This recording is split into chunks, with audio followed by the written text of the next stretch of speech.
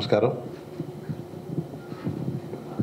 వెంకట్ గారికి, కృష్ణరాజు గారికి, అధ్యక్షతలు వహిస్తున్న చిన్నం రామకృష్ణ గారికి, అదేవిధంగా ప్రసాద్ గారికి, నరహరి శెట్టి గారికి, నరహరి శెట్టి గారి అమ్మాయి తర్వాత ధనలక్ష్మి గారికి, సూర్యబాబు గారికి, వీళ్ళందరికీ కూడా పెద్దల సాయిరాం గారికి అందరికీ నా హృదయపూర్వక నమస్కారాలు తెలియజేస్తూ, ఇట్లాంటి కార్యక్రమాలు రాష్ట్రంలో విరివిగా జరగాల్సిన ఆవశ్యకత ఉంది.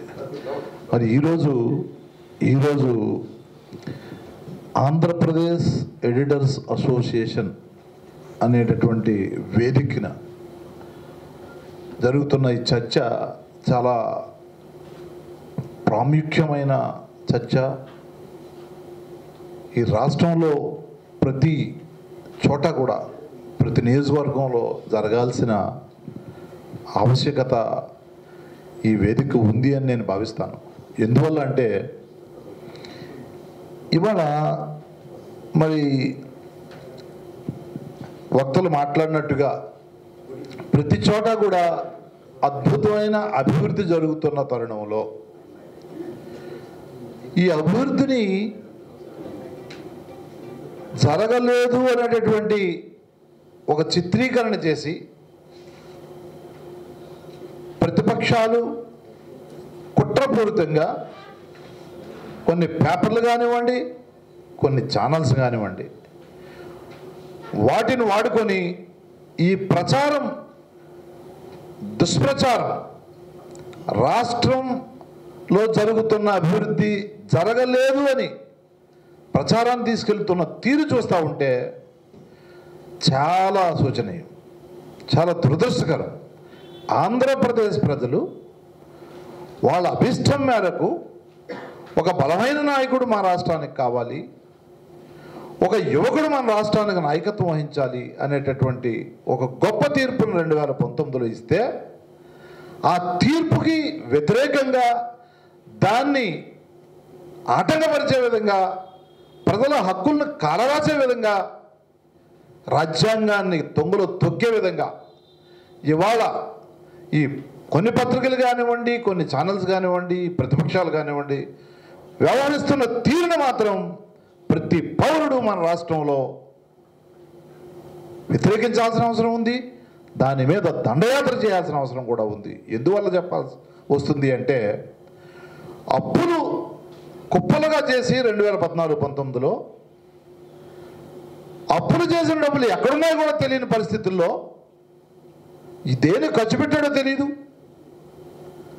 2,75,000 కోట్ల రూపాయలు అప్పులు చేసేసి, మరి ₹1 ప్రజలకు ఏమన్నా జేబులో వేశారా?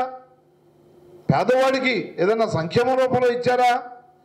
ఎక్కడైనా అభివృద్ధి చేశారా అనేటటువంటి చూస్తే ఎక్కడా కూడా కనిపించదు. ఈరోజు జగన్ గారు వచ్చిన తర్వాత చేసిన అప్పులు కేవలం 1,54,000 కోట్ల రూపాయలు. ఆర్బీఐ లెక్కల ప్రకారం,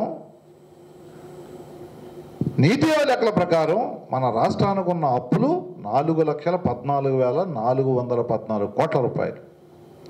దాంట్లో 2,75,000 కోట్ల రూపాయలు 2019 వరకు చేసి ఖజానాలో 100 కోట్లు మాత్రమే ఉన్నాయని చెప్పేసి అప్పటి ఆర్థిక మంత్రి మరి ఆయన మాట్లాడడం, వాళ్ళ పత్రిక ఏదైతే ఉందో ఆ పత్రికలో దాన్ని హెడ్డింగ్లో పెట్టి రాయడం, మీరు ఎట్లా ఇస్తారో శాలరీస్ చూస్తాం, శాలరీస్ ఇవ్వడానికి 6,000 కోట్ల రూపాయలు పడుద్ది. ఎంప్లాయీస్ కానివ్వండి, పెన్షన్ కానివ్వండి, ఇవన్నీ 1వ తారీఖు వచ్చేటప్పటికి మీరు ఎట్లా ఇస్తారో చూస్తాం. ఖజానాలో 100 కోట్లు మాత్రమే ఉన్నాయి ఆంధ్రప్రదేశ్లో, మీరు ఏ విధంగా పరిపాలిస్తారో చూస్తామని కుట్రపూరితంగా ఖజానాన్ని ఖాళీ చేసి, దోచేసి, లాస్ట్ మినిట్లో మొత్తం దొడ్డిదారిన ఖాళీ చేసిన కార్యక్రమం చేసి, మరి అట్లాంటి పరిస్థితుల్లో కూడా జగన్మోహన్ రెడ్డి గారు ఆయన యొక్క చాకచక్యంతో,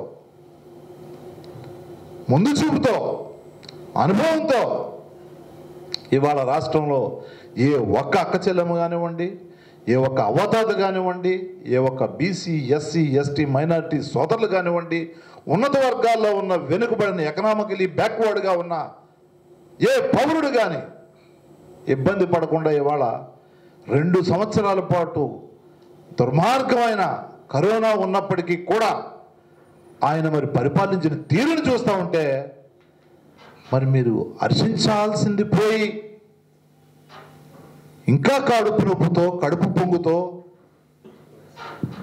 దుష్ప్రచారం చేస్తూ ఉన్నారే. ఈ తీరును చూసి దీన్ని ప్రజల్లోకి తీసుకెళ్లాల్సిన తరుణం ఆసన్నమైంది. ప్రతిరోజు కూడా ఇలాంటి వేదికలు మనం రాష్ట్ర వ్యాప్తంగా ప్రతి చోట కూడా ఏర్పాటు చేసుకోవాల్సిన అవసరం ఉంది అని చెప్పేసి నేను పూర్తిగా విశ్వసిస్తూ నమ్ముతూ ఇవాళ మంచి కార్యక్రమాన్ని ఏర్పాటు చేశారు. మరి ఇంకా చాలా విషయాలు చెప్పాల్సి ఉంది, కానీ వక్తలంతా కూడా మరి వాళ్ళు ఇంకా చాలామంది మాట్లాడాల్సి ఉంది. స్థూల జాతీయోత్పత్తి గురించి మాట్లాడుకోవాలి. ఇక్కడ 2018-19 8,73,000 కోట్లు అయితే 22-23లో 13,17,000 కోట్ల రూపాయలు. ఏది స్థూల జాతీయోత్పత్తి. తలసరి ఆదాయం చూస్తే 2018-19 1,54,000 రూపాయలు ఉంటే ఆంధ్రప్రదేశ్లో మరి జగన్మోహన్ రెడ్డి గారు వచ్చిన తర్వాత దాన్ని 2,20,000 కోట్ల రూపాయలకి తీసుకెళ్లారు. అంటే మరి దీన్ని అభివృద్ధి అంటారా? అభివృద్ధి చెందకుండానే తలసరి ఆదాయం పెరిగిందంటారా? దీనికి సమాధానం చెప్పాల్సిన అవసరం ఉంది కదా ఈ ప్రతిపక్షాలకి. దుష్ప్రచారం చేయడమే కాదు, సమాధానం చెప్పాలి, తన బాధ్యత వహించాలి మీరు చేసిన తప్పులకి అని ఇవాళ ప్రజలంతా కూడా అడుగుతున్న తరుణం. తలసరి ఆదాయం చూస్తే 17వ స్థానం నుంచి 7వ స్థానానికి పెరిగాం మనం. రోడ్ల గురించి దుష్ప్రచారం చేస్తున్నారు. ప్రధానంగా ఇది మాట్లాడుకోవాల్సిన అవసరం ఉంది. రోడ్లకి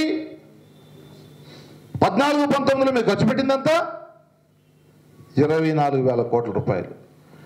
మరి జగన్మోహన్ రెడ్డి గారు వచ్చిన తర్వాత ఖర్చు పెట్టిందంతా 42,000 కోట్ల రూపాయలు.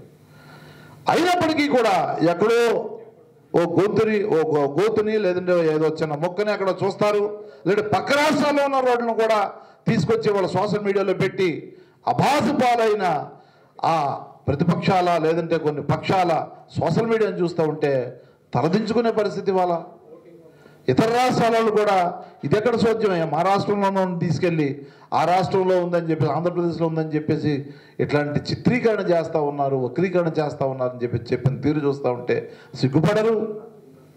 సిగ్గుపడకపోగా మళ్ళీ ప్రయత్నం చేసే కార్యక్రమం చేస్తారు.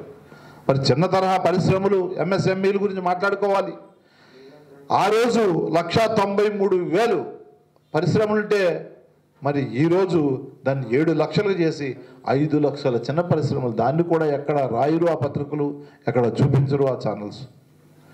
నిజాలు ఇవి మనం చెప్తున్నాయి కాదు, కేంద్ర ప్రభుత్వం నుంచి వచ్చిన ఏజెన్సీస్ కానివ్వండి, కేంద్ర ప్రభుత్వ సంస్థలు కానివ్వండి ఇస్తున్నటువంటి నివేదికలు మాత్రమే. వీటన్నిటికంటే కూడా భారీ పరిశ్రమలు కూడా విపరీతంగా వచ్చినా కూడా వాటి గురించి మాట్లాడరు. ఫుడ్ ప్రాసెసింగ్లో మరి దేశంలోనే మొత్తం 41,481 ఫుడ్ ప్రాసెసింగ్ యూనిట్లు వస్తే మన రాష్ట్రంలో సుమారుగా 5,737 ఫుడ్ ప్రాసెసింగ్ యూనిట్లు వచ్చాయంటే దాని పర్సంటేజ్ కూడా తెలియకుండా వీళ్ళు మాట్లాడే పరిస్థితి. మన అభివృద్ధి చూస్తూ ఉంటే వ్యవసాయ ఉత్పత్తుల్లో మరి భారతదేశంలోనే మనం గణనీయంగా 10.42% పెరిగిందంటే ఇవాళ మనకంటే పెద్ద రాష్ట్రాలైన గుజరాత్, పెద్ద రాష్ట్రమైన మహారాష్ట్ర మన ముందు ఉన్నాయి. మిగతా రాష్ట్రాలన్నీ కూడా చాలా పెద్ద రాష్ట్రాలు ఉన్నాయి. బీహార్ లాంటి, మధ్యప్రదేశ్ లాంటి, తమిళనాడు లాంటి, మరి పశ్చిమ బెంగాల్ లాంటి ఇట్లాంటి పెద్ద పెద్ద రాష్ట్రాలు కూడా, ఉత్తరప్రదేశ్ లాంటి రాష్ట్రాలు మన వెనకాతలు ఉన్నాయి. మనం ముందుకు దూసిపోతూ ఉంటే దీని గురించి మాట్లాడే కార్యక్రమం చేయరు. దయచేసి ఆలోచించాల్సిన అవసరం ఉంది. 2,60,000 కోట్ల రూపాయలని ఇవాళ ప్రతి అక్క చెల్లెమ్మ, ప్రతి అవతాత, ప్రతి బీసీ, ఎస్సీ, ఎస్టీ, మైనారిటీ, ప్రతి మహిళ చేతులకి ఇవాళ డైరెక్ట్ ట్రాన్స్ఫర్ ద్వారా ట్రాన్స్ఫర్ చేస్తే వాళ్ళు ఎవరు సిఫార్సు చేయాల్సిన అవసరం ఉండదు, ఎవరు చెప్పాల్సిన అవసరం ఉండదు, ఎవరు మనకి రెఫరెన్స్ లెటర్ ఇవ్వాల్సిన అవసరం లేదు, ప్రమోట్ చేయాల్సిన అవసరం లేదు. డైరెక్ట్గా సీఎం గారు బటన్ నొక్కితే వాళ్ళకి వెళ్ళే కార్యక్రమం జరుగుతూ ఉంది. మరి ఇండైరెక్ట్గా ఇవాళ ప్రతి ఇల్లుని కూడా మహిళమ్మ తల్లుల పేర్ల మీద మనం ఆస్తి రూపంలో వాళ్ళకి ఇస్తూ ఉంటే దాన్ని కూడా చిత్రీకరిస్తారు. 14-19లో ఒక ఇల్లు కూడా ఇవ్వలేదే. మరి ఇవాళ 31 లక్షల ఇళ్ళు ఆస్తి రూపంలో వాళ్ళకి ఇస్తూ ఉంటే దాన్ని కూడా దుష్ప్రచారం చేసే కార్యక్రమం ఉంది. ఈ ప్రచారాన్ని ఇట్లాంటి వేదికల మీద మనం తీసుకెళ్లాల్సిన అవసరం ఉందని తెలియజేస్తూ, నాకు ఈ అవకాశం ఇచ్చిన ప్రతి ఒక్కరికి కూడా ధన్యవాదాలు తెలియజేస్తూ, మరి కృష్ణరాజు గారిని నేను నిజంగా అప్రిషియేట్ చేస్తూ ఉన్నాను. ఏదైతే ఈ లాయర్ల ఇలాంటి సదస్సులు చాలా పెడతా ఉన్నారు, నన్ను పిలుస్తూ ఉన్నారు, సమయాభావం వల్ల నేను రాలేకపోవడం, ఇవాళ మరి నాకు అవకాశం వచ్చింది ఈ వేదిక మీద మీ అందరితో మాట్లాడే అవకాశం. ఇలాంటి వేదికలు ఇంకా ఎన్నో చేయాలని ఆశిస్తూ, నా తోచినంత వరకు నేను కూడా దాంట్లో భాగస్వామ్యం అవుతానని తెలియజేస్తూ సెలవు తీసుకుంటున్నాను. Thank you very much.